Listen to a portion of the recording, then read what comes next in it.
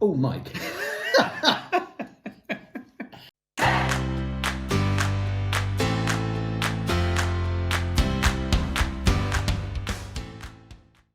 It's lovely to have you back. And I know you're not actually back until tomorrow, but the 1st of July, and this is the 30th of June, but you've snuck in to do this. Snuck in. Yeah, great to be back. How are you feeling?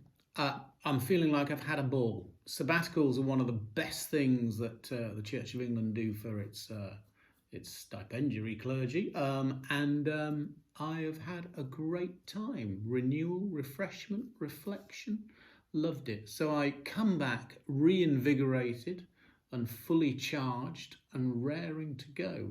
I'm exhausted already. So we have in our slightly inadequate communication ended up preparing different or reflecting on different passages. You the passage for St. Thomas, and me the passage for the Sunday if you're not observing St. Thomas. So we'll do a little bit of each. Okay. So do you want to start on the passage from John for St. Thomas? Yeah, so let's not drill into too much detail, given that we were looking at different passages. So St. Thomas, obviously is associated with doubting Thomas, but the three things that come to mind for me with Thomas are anger, disappointment, and joy. Mm-hmm. Anger, because he's obviously very angry, isn't he? I mean, when you talk about, I won't believe unless I can thrust my finger into his open wound. When was the last time you thrust your finger into somebody's open wound or suggested you do so? No, I can think of a few occasions, but... Right. But it's pretty purely aggressive. For kind of nursing purposes, It's violent, isn't it? Yeah, so he's hacked off. Yeah. Why is he hacked off? Well, presumably he's hacked off because he wasn't there when the risen Lord appeared. And this is a guy he's invested in and followed for 3 years. And he apparently appears, or there's this religious experience for everybody else except him. So, and I think the anger clues into a pretty common theme in our society these days. I mean, I don't know if you read that book a few years ago, Why Are We So Angry, or something it was called. Some commentators suggest we're an angrier society than we've ever been. Would you say we are? Yeah, no, I think so. And I think we see a lot of it right now. And an angry church as well. And what's that about?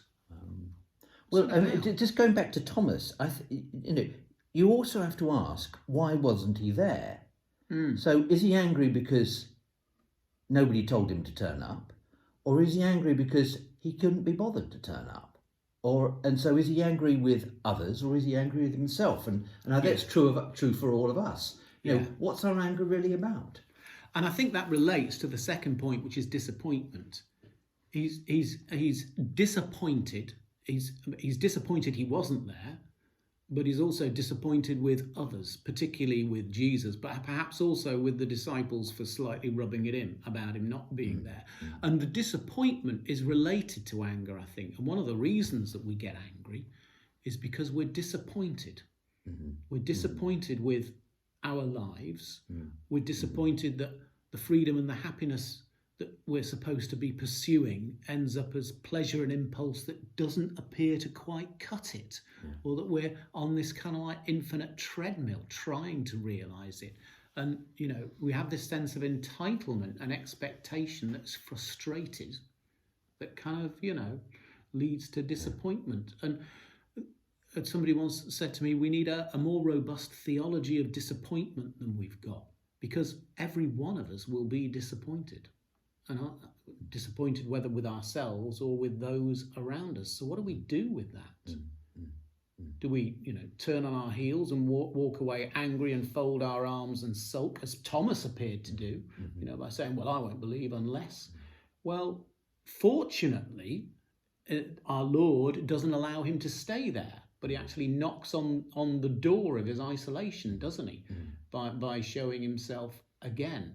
So are we able to go beyond our disappointment and still trust in the one who can bring good out of any situation in which we're, labouring?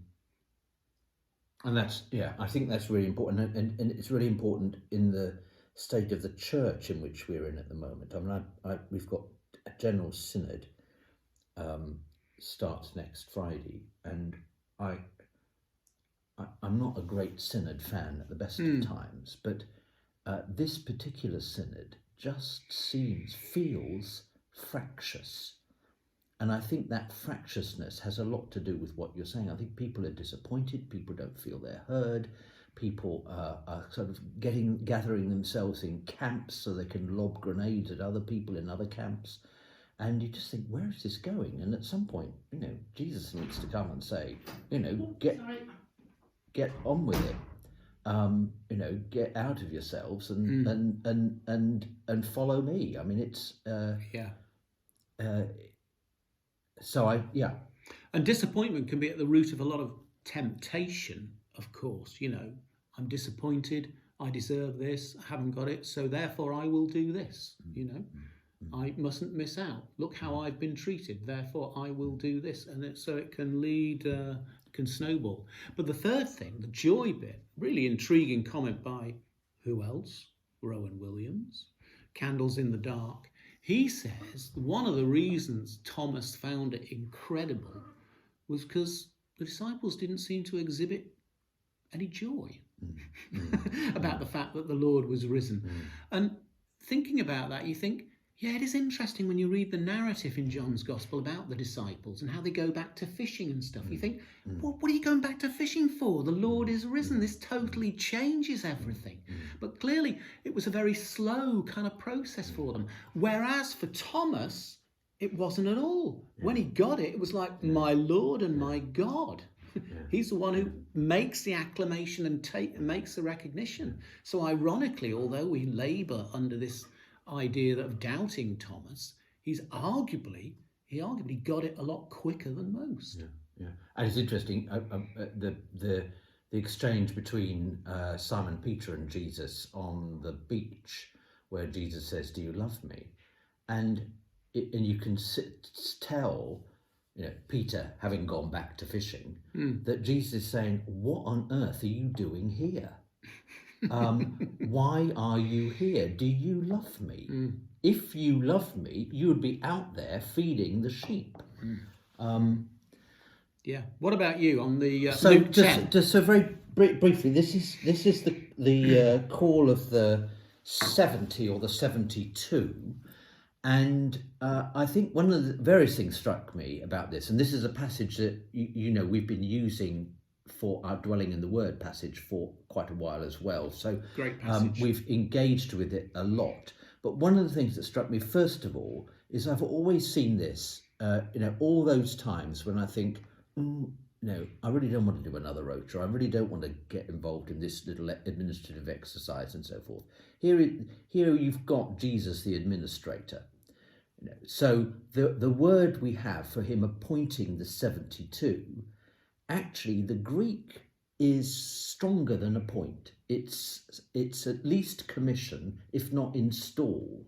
So there is some real kind of deliberate action, an administrative, in the best sense of the word, selecting and equipping these people to go out.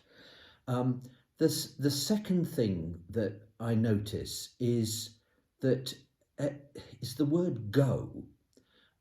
It's almost as if Jesus is saying, will you stop worrying about whether you've got enough stuff or whether you've thought through this enough? I just want you to go. I'll be with you. Go. And that, so only take, the barest minimum, because you don't need any more if you're relying on me. And so I think, for all of us, one of the great things, of course, about reading these passages is you recognise that the gospel writers are writing into their own context as well. So this has got that missionary sense for that first generation of Christians. Go. You don't need any more. You've got enough. You've got everything you need. In order to go out and to proclaim the gospel. And the important thing, of course, is that it begins with prayer. Pray that the Lord of the harvest will send.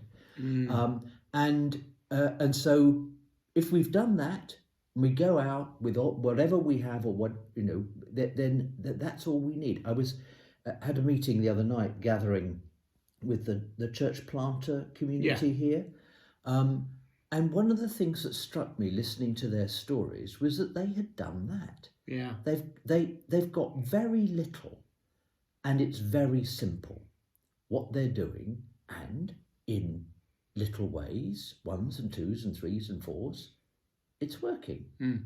And so let's just get over ourselves and stop worrying about whether we've got a big enough grant from the SDF, and just go.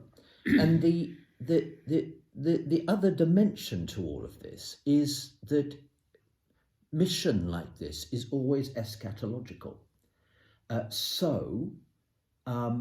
Jesus says, I'm sending you out like lambs amongst wolves. Now, anybody hearing that would have immediately thought of Isaiah about the wolf and the lamb lying down together. So I'm sending you out into this dangerous situation. But this is the ambition, that the wolf and the lamb will lie down together. And when they come back, what does he celebrate with them?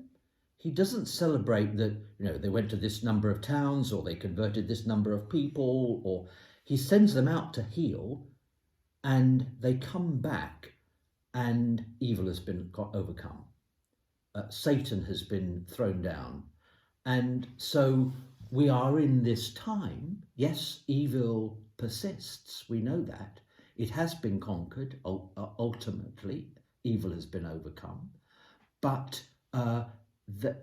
our work, our ministry, our mission, that call to proclaim the gospel and to cure the sick, that call is itself an overcoming of that evil.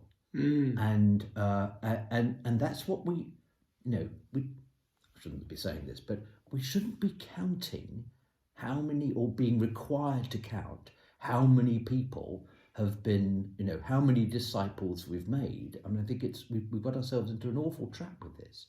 We should be celebrating with Jesus how evil has been overcome.